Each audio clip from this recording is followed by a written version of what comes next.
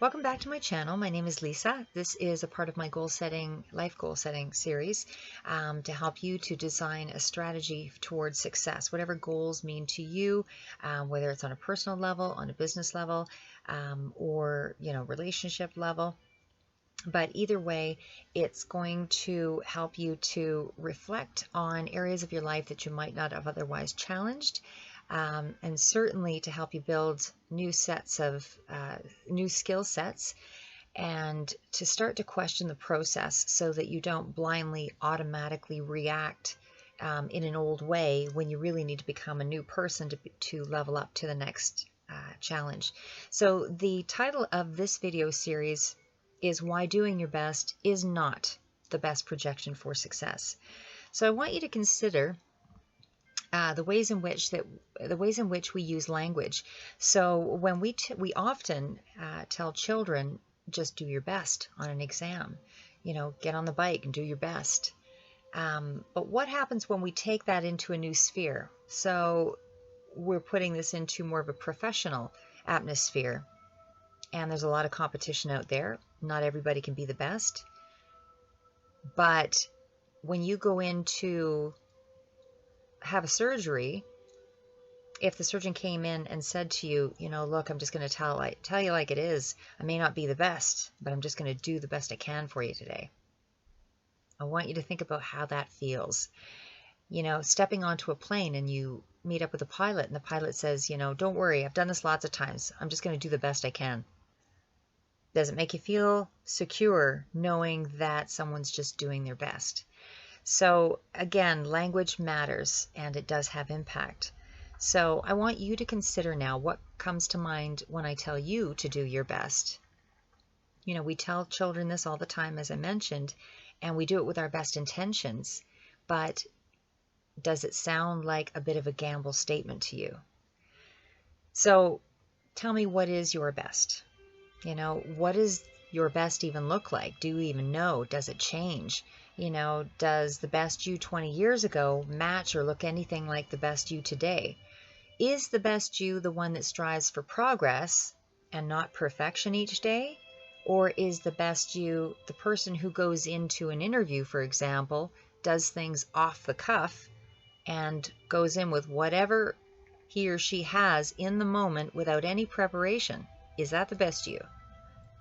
So these are the things I want you to consider, because you're going to have to learn to level up. And able to level up, you have to know where you are, what's your starting point to be able to move to the next level, and what does that next level look like? How different is it from where you are now to where you need to be? So in looking at language, there is both a fixed mindset and an adaptable mindset that serve a purpose here when considering the best you, and in looking at what your personal best really is. So Carol Dweck is a renowned psychologist who conducted several studies on the topic of growth mindset, which address this concept, which can be used to motivate and transform you to goal success. So first off, words matter. Secondly, how they are used has impact. And thirdly, how we talk to ourselves and how we view the world using these words determines your beliefs and generates the outcomes, success or otherwise. So again, words have power, and they are known to us as power words. So you can struggle with your current language and hope that you're noticed for other talents, or you can learn to adjust your language and make progress, not perfection. So the point of this is to help you to learn to harness and leverage what is not fixed, meaning it can be learned, and use it in a strategic way. So again, I want you to consider how this looks. I will do my best in surgery today versus this surgery has a high success rate and recovery time is about 4 weeks out. And again, next example, I want to hear everyone's input in the company or input so that the company improves its margins versus teamwork and collaboration help us innovate and commit and be passionate about our products. So what words will make the difference to achieving your goals or sacrificing your goals? And again, take a look at the language around you. It's in advertisements, it's on billboards, it's in books. The way in which we're drawn to things is also a key element in how we're motivated. So if you are strongly motivated by very emotional thought, emotionally provoking words, that can also let you know this might be a way for you to push through and get past procrastination. That also goes into knowing your why and knowing your what. But for the moment, we'll just stay on topic with this, with language. So again, how will you talk to yourself in the coming weeks? Take a look at those that have gone before you, that are doing the things that you want to do and where you want to project yourself, and take a look at the way in which they express themselves and what it is about their language that draws you in. Is it their excitement? Is it their tone? Is it their cadence? That kind of thing. So what does it take for you to inspire yourself to use words and that keep you excited about a project or a goal? So I also want you to compare the following. When I say the words freedom, expansion, growth, empowered, passionate, versus hope, want to do better, stable and safe movement, just to enjoy the day. Notice the difference in the way those words impact you. Words are very emotional. Did you feel a noticeable difference just in the images that the words conjured? So achievement in itself has both these kinds of conscious and subconscious suggestible levels, and it takes both simple and layered thinking to align yourself with the right word triggers. So word triggers are the internal things that we tell ourselves and the external things that we hear and see in our environment that either support your goals or keep you in doing your best mind frame. So just something to note as well, there was a study which I can't quite recall, and I wish I had have written this down for this particular video. It just came to me, but there was a video or a study that referenced words that were placed around, I'm not sure if it was at home or in a workplace, but it was positive words, things like belief and motivation and those kinds of things. I'll try to reference that in my next video. But what they actually found with that study is that people were more impacted and more motivated when they saw those positive words visually. So it is as much impactful from the things that you see externally as it is, again, by the words that we tell ourselves. If we're constantly referring to just doing our best, again, you're not necessarily going to push your boundaries to do anything more than just getting by. So what I'm saying here is language regulates our emotions, and our feelings are tied to the thoughts that we entertain. So it then starts a line of thinking, which becomes a belief system that we then come to rely on. So we are creatures of habit, and we like to be able to predict our conditions versus battling the unknown. It helps us to identify our own actions and responses. So how often are we changing our beliefs? Core beliefs are frontline and center in constructing our foundations. It's like building a brick wall, or a brick foundation. You need to have a strong structure to be able to build upright, to go higher. So therefore, beliefs are rarely challenged or changed because we feel it's set in stone. So our actions and our behaviors reflect the curve of your thoughts that create long-standing, unchanged beliefs, despite the ever-changing world around us. So when the world's constantly changing, why do we hang on so tightly to the predictable? Because it's not really predictable. It really becomes unstable and chaotic the longer we try to hang on to it as the world changes. So it is important to take a look at your belief systems and the words and the language that you use, because it does date, it does change, and unless you actually evolve and change and adapt, it will be that much more difficult to gain any leverage moving forward. So what we value and what we believe were once words, and they now dictate our choices and influence everything from our careers to the relationships around us.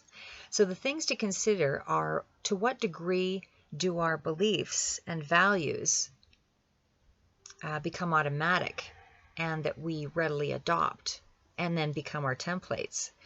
You know, are these from the previous world of our parents or from the world around us currently? How influenced are you by language? So many of our beliefs are just shortcuts to predict our environment, and as I mentioned, very difficult to change. And they all began with a few words, our language strung together that became a line of thinking and then a behavior which shaped our actions. So these are your foundations. And you're either going to reconstruct or you're going to build upon those. So our language identifies us, and it allows us to learn and to be understood and to evaluate ourselves and our world. Politics, religion, medicine, law, all of it has its own language. And we've all had to rely on each other to learn from each other to keep up in the world. So the way in which we communicate also has an order, things consecutively placed so that it creates a sense of a linear thought pattern for us to understand. There's also a tempo, a cadence, there's patterns, there's gender overtones, there's intensity, there's mental representations that come with language that provoke our emotions.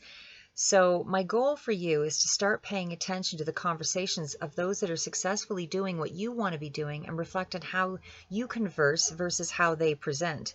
So consider the goals that you desire to achieve.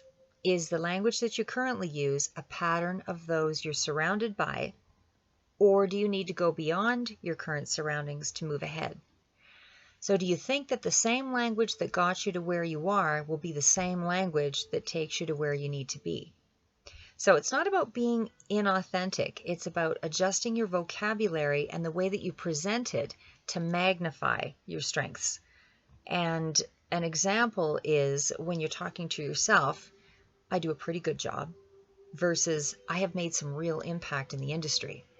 So just as languages may be read from right to left in one country, other countries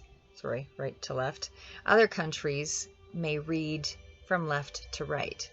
So perspective also matters here. So just as languages, as I say, can be interpreted differently, we differ also from the standpoint that we view a situation. And our context of the words may also differ. And what I mean by that is in looking at phrases such as, the best is still ahead of us, versus the worst is behind us. Depends on your perspective, where you're standing as to how you view things. So perspective again matters, and how we phrase and use language carries impact and can make the difference in how far you go. So the examples I began this segment with regarding just do your best are a reflection of commonly used expressions and beliefs often used so automatically that we never question the status quo. We like the familiar, and if everyone does it, why break the system? Here's why. There's so many different systems out there. Which system do you want to be in? There's one system that needs you to be identified as the person they have come to know. You might be the worker in an industry where it's best to fit in rather than stand out in this system. The person who identifies best with that model wins favors with that company. And then there is the person who wants to become more recognized for individual achievements or a more specific talent, which is outside that current box. And so it requires a new level of thinking and acting to level up in the game toward achievement. So you don't have to break the mold, but you do have to reconfigure the order. You need to rearrange the pieces, the language. Your drive and ambition has to get you outside of that box, and it will require your focus and a new sense of yourself. So consider repurposing the journey for the next phase of development. So this is where you are now. Is that where you want to be? If it is, then just make your skill set a little stronger, better to fit into that system. But if you want to go into a different realm, take a look ahead, see what looks to be expected of you, how they communicate, how they dress. Start to look at the ways in which that language is perceived to you, and that is your next phase of development. So no longer will you identify with the previous system because you're learning a new system which requires a new level of thinking, and that starts with your language. So what new words can you implement this week that strengthen your position, and conversations that highlight your talents and help you to move in the direction of your goals? Confidence is key and correlate to your words. So once you've established some of those new power words, use it often, make it habitual. Identify less with the disempowering language that limits you and choose words more in line and in favor of a more confident, expansive, expressive style. So not inauthentic or prideful and boasting, just certain is what you're aiming for, that you're making your mark and you're communicating in a new way. So to learn a new way of talking basically is to learn a new way of thinking, but it doesn't stop there. There's another key in developing to the next phase that requires that you make it hard. So let's start with the earlier discussed study with Carol Dweck. When I came across Carol Dweck, psychologist from Stanford University, she was on a TED Talks video regarding, as I said, the studies on growth mindset theory, and she conducted several studies over the years that can also be found, further studies were found outlining her work online. But the premise, of her studies indicated that those who felt their skills and their intelligence could be improved with effort and persistence were able to achieve greater success. They had stronger resilience and a love for learning, versus those who felt they had a fixed level of intelligence and fixed talents and fixed personality traits. So they were a little more hardwired, saying or identifying themselves as, I'm an introvert. So as an introvert, I can only do this. I can't act in any other capacity outside of that because it doesn't fit my system. I've always been bad at math, so I'm fixed in that I don't feel that I can grow beyond that because that is how I see myself. So this is what a fixed personality is. So hard work and effort were all a part of the movement towards success, don't get me wrong, but those who felt they had more control over their own destiny and learning fared better. So the difference can be reflected in the example of believing that someone was a natural-born singer, leader, or academic, to those who feel anyone can be good at anything with enough study and practice. So that is the point. When you feel that you unless you've got some kind of, and I won't even say that. I won't even say if you feel that you have some kind of disability in terms of Helen Keller, for example, not being able to see, not being able to speak, and all of the other limitations there, she still found a way to communicate, and she still was able to educate herself. So I won't even say you never really know what the limitations are until you impose them on yourself. And self-sabotage, basically. So again, the difference can be reflected in the example of believing that someone was a natural-born singer, leader, or academic, that's fixed thinking, to those who feel anyone can be good at anything with enough study and practice. It still takes hard work and effort. That's still all a part of getting to success with your goals, and again, whatever success means to you. But those with a fixed mindset felt that trouble or obstacles could be devastating and were more inclined to look for external validation. So what I mean by external validation is others telling them you're doing a good job. Don't worry, this is something that we all have to go through. You are definitely still in the running. You're still doing great. You need to be your own cheerleader, number one, because external validation won't always be there in the times of crisis. But again, knowing that even if you fail to achieve at that moment, that is in no way a marker to determine the outlook of performance down the road. So whereas those with an adaptable mindset felt the challenge was inherent in the process to success, so again, not having a fixed mindset. When you have a fixed mindset, you are looking for more external validation. You're not feeling as though you feel there's limits on the things that you can do. But when you believe that you have the ability to expand and grow with enough practice This is an adaptable mindset, and you feel that challenge is a part of that process to success. And so you're less afraid of it because you knew it was coming. So the ways in which this growth mindset can be achieved is by using diverse teaching strategies, encouraging students or yourself to expand on your conclusions and reason out why abstract skills and concepts are important, and instructing on the positive value of challenges.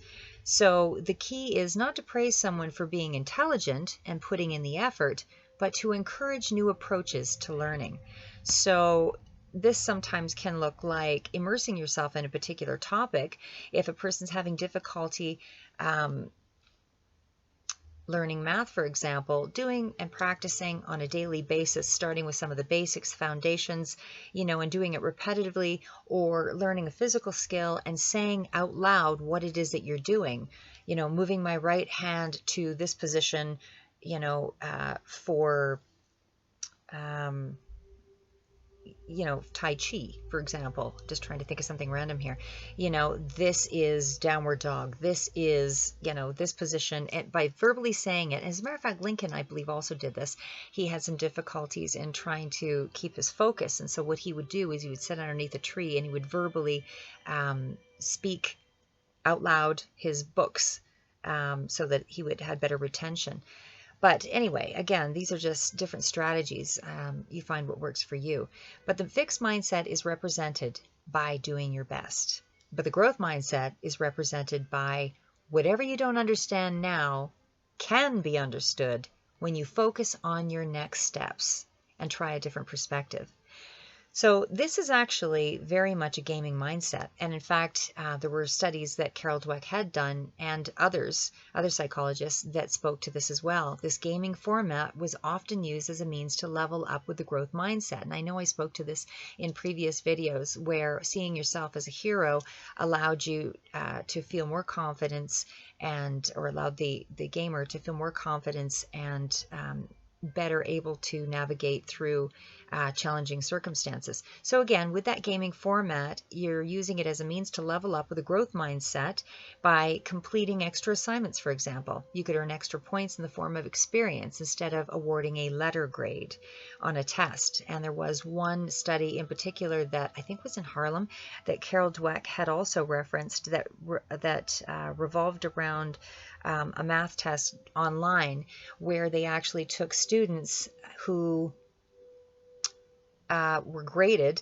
and those that were graded a fail, again, ended up with more of a fixed mindset and had more of a propensity toward cheating or things that were less favorable. They had to do that again. And those that had an expansive mindset and a growth mindset actually felt that when they received the grade not yet, that indicated to them that there was still more practice and more work to be done. So they were more engaged in the work to continue the pursuit to get there. So again, a gaming format is a growth mindset, and by doing the extra, you level up. You are where 100% was the peak and the student slid down from there. It was more devastating than those who had experience points, which allowed, in a gaming mindset, had experience points which allowed them to level up and gain by learning.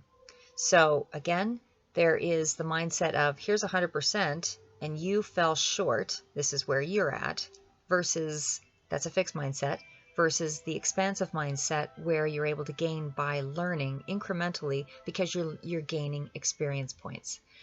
So, and lastly, what we need to do is make it hard. The more difficult the goal, the more we plan. We put in more effort and we take more action because it becomes a worthy goal. So we will often procrastinate on goals that we feel will take little effort or anticipate success in a short time. When the goal is expected to be easy and unforeseen elements present that we aren't prepared for, it can throw us off. So consider what you want, what stands in your way, and commit to moving toward the direction of your goals. So until next video, challenge yourself to step out of your comfort zone and commit to your direction and show up and do the work for you. Stay safe.